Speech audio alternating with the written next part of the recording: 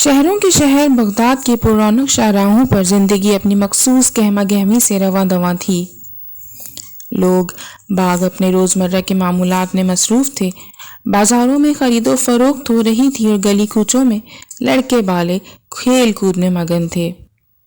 اچانک ایک شور اٹھا، چہار جانب ایک ہلچل سی مچ گئی۔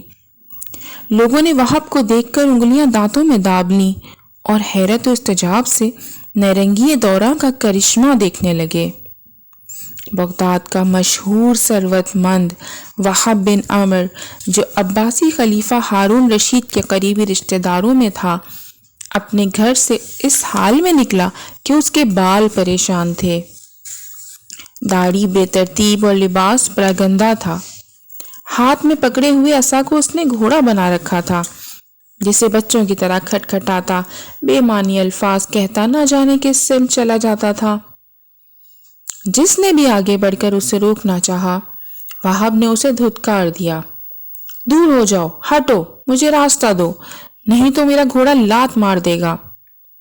لوگ اس کی یہ حالت دیکھ کر دم بخود رہ گئے۔ بچوں کے ہاتھ ایک نیا تماشا آ گیا۔ وہ پہلے تو دور دور سے اس کی طرف دیکھتے رہے، پھر آہستہ آہستہ نزدیک آئے۔ کسی نے اس کی عبا کھینچی، کسی نے اس کی ردا گھسیٹ لی، کوئی اس کے ساتھ ساتھ دوڑنے لگا اور کوئی اس کے عصا پر سوار ہونے کی ضد کرنے لگا، جسے وہ گھوڑے کی طرح چلا رہا تھا۔ لیکن وہاب نے بچوں کو نہ ڈانٹا، نہ ڈرایا، نہ دھمکایا، بلکہ وہ خود بھی ان میں سے ایک معلوم ہونے لگا اور بچوں کے ساتھ بچکانہ حرکتیں کرتا آبادیوں سے دور ویرانے کی طرف بھاگ گیا۔ سارے شہر میں جیسے سناٹا چھا گیا۔ حیرت و عبرت نے لوگوں کو ششدر کر دیا۔ کچھ لمحے گزرے اور ان کے حواس پلٹے۔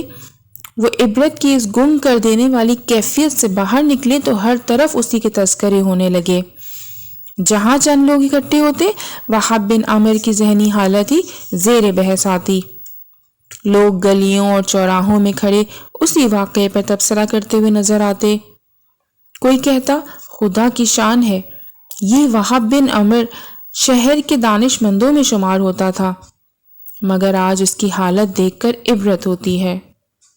کوئی دوسرا کہتا، لگتا ہے اس کی کوئی بات بارگاہ خداوندی میں ناپسندیدہ ٹھہری ہے، شاید اسی لیے اس نے وہاب سے عقل و دانش چھین لی ہے۔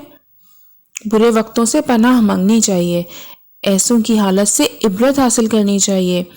کوئی خوف خدا سے کانپ کر بولا، خواہ قیاس آرائیوں سے اجتناب برتو، نامعلوم اس کی اس حالت میں کون سی حکمت پوشیدہ ہے۔ ایک مرد بزرگ نے گہرا سانس لے کر کہا اور ایک جانب چل دیا۔ اس کا لہجہ معنی خیز تھا اور اس کے لفظوں میں اسرار بول رہے تھے۔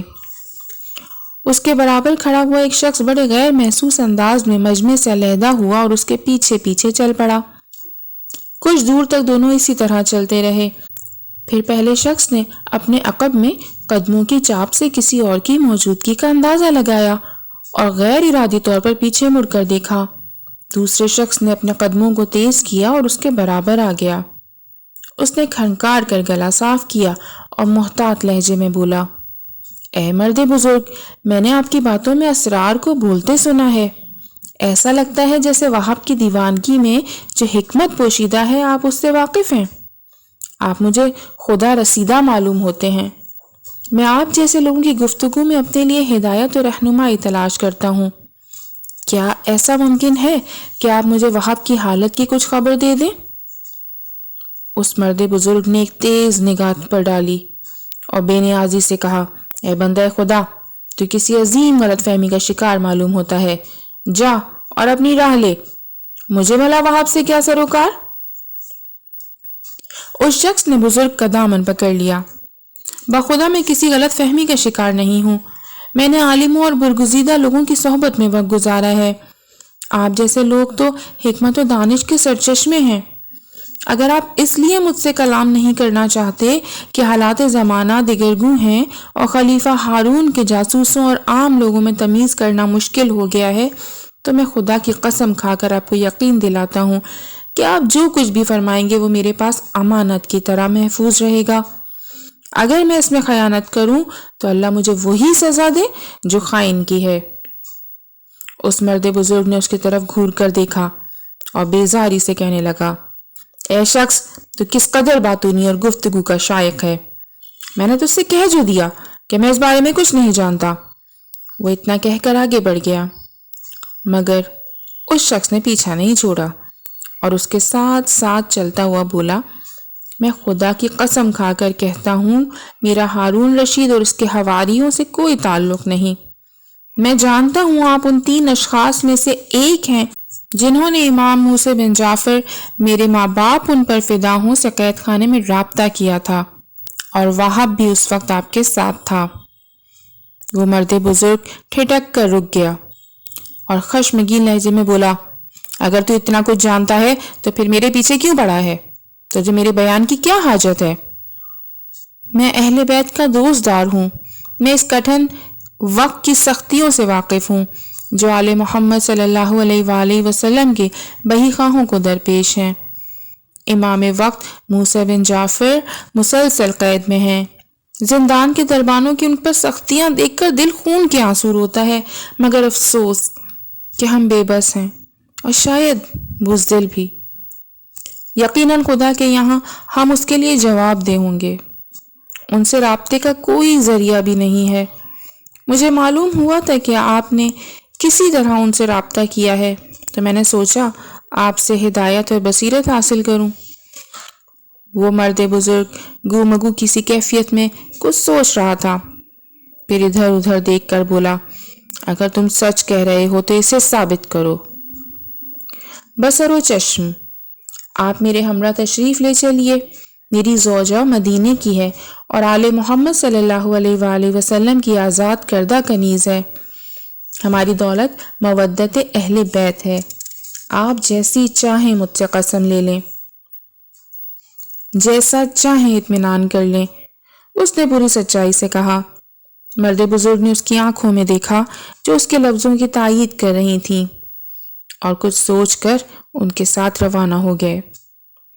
ان کے گھر پہنچ کر جب اس نے اچھی طرح سے اطمینان کر لیا کہ اس کی گفتگو غیر محفوظ نہیں ہوگی تو بولا، سن اے بندہ خدا، تو حالات زمانہ کو جانتا ہے اور تجھ سے یہ بھی پوشیدہ نہیں کہ لوگوں کی ہمدردیاں عباسیوں کو اس لیے حاصل ہوئی تھی کہ انہوں نے آل محمد صلی اللہ علیہ وآلہ وسلم کی حمایت اور اعانت کا نعرہ لگایا تھا، ان کا حق ان تک پہنچانے کا وعدہ کیا تھا، مگر افسوس کہ انہوں نے نہ صرف آل محمد کا حق نہیں پہچانا بلکہ لوگوں کی ان کے ساتھ عقیدت اور محبت دیکھ کر انہیں اپنی سلطنت کے لیے خطرہ تصور کرنے لگے۔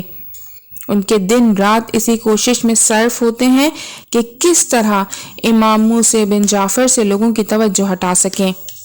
اسی لیے یہ ہر اس شخص کی جان کے دشمن ہو جاتے ہیں جو آل محمد سے عقیدت رکھتا ہے۔ ہمیں یہ اطلاعات برابر مل رہی تھیں کہ ہم محبت آل محمد کے جرم میں ان قریب ہارون کے زیر عقاب آنے والے ہیں۔ اسی لیے ہم نے باہم مشورہ کیا، لیکن کچھ سمجھ میں نہیں آیا۔ بالآخر یہی فیصلہ کیا کہ امام موسیٰ بن جعفر علیہ السلام سے رہنمائی حاصل کی جائے۔ ان کی قید کے احوال سے تو تم واقف ہو کہ ان کے دربان چن چن کر شقی القلب دشمن اہل بیت رکھے جاتے ہیں۔ ان سے ملنے پر سخت پابندی ہے، لیکن کسی نہ کسی طرح ہم نے اپنا مسئلہ ان کی خدمت میں پہنچا ہی دیا۔ اگلے روز صبح صادق کے وقت زندان سے مٹی کی ایک ٹھیکری آ کر گری۔ ہم پہلے اسی طاق میں تھے، ہم نے بڑی رازداری سے وہ ٹھیکری اٹھا لی۔ میں قربان جاؤں اپنے امام پر۔ اس کا لہجہ گلوگیر ہو گیا اور وہ رک کر آنسو پونچھنے لگا۔ دوسرے شخص کی آنکھوں سے بھی آنسو گرنے لگے۔ اس مرد بزرگ نے سرد آہ بھری، امام پر قید خانے میں اس قدر سختی ہے کہ انہوں نے مٹی کی اس ٹھیکری پر حروف تہجی میں سے صرف ایک حرف لکھا تھا۔ وہ کیا؟ اس شخص نے بےتاب ہو کر سوال کیا۔ اس ٹھیکری پر حرف جیم لکھا ہوا تھا۔ فرزند رسول کے عطا کردہ اس ایک حرف نے ہم پر حکمت کے دروازے کھول دیے۔ ہمیں اپنی مشکل کا حل از خود مل گیا جو ہمارے حالات کے ساتھ میل کھاتا۔ ہمارا تیسرا ساتھی، جس کا نام ظاہر کرنا ضروری نہیں، اس نے جیم سے جلا وطنی مراد لیا۔